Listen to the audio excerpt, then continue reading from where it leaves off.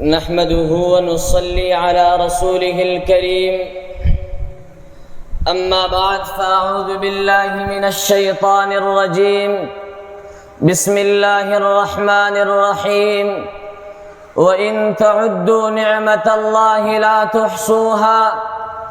And if you should count the blessing of Allah, you could not enumerate them.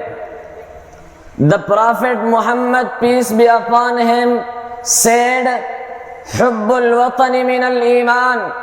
Love of the country is part of faith.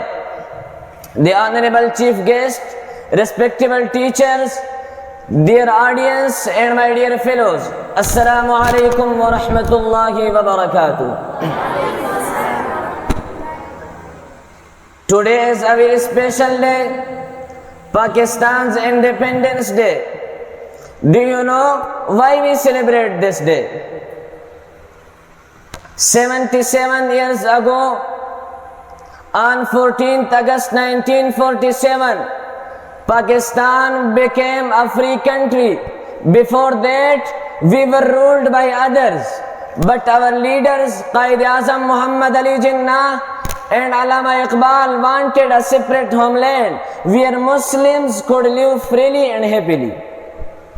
Dear fellows, today as we celebrate Pakistan's Independence Day,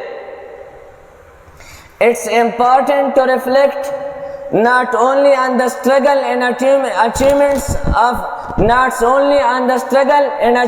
of our leaders, but also on the significant and contribution made by Islamic scholars throughout our history. Dear fellows, as we celebrate our freedom today, let us remember the sacrifice and contribution of these scholars. The intellectual and spiritual guidance was instrumental in our struggle for independence. But freedom doesn't mean we can do whatever we want. Freedom doesn't mean we can do whatever we want.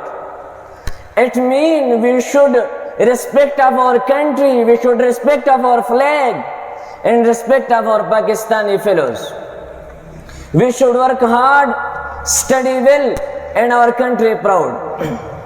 So let's promise to be good citizens, to love our country, and to make it better place for everyone. Happy Independence Day, Pakistan. Wassalam.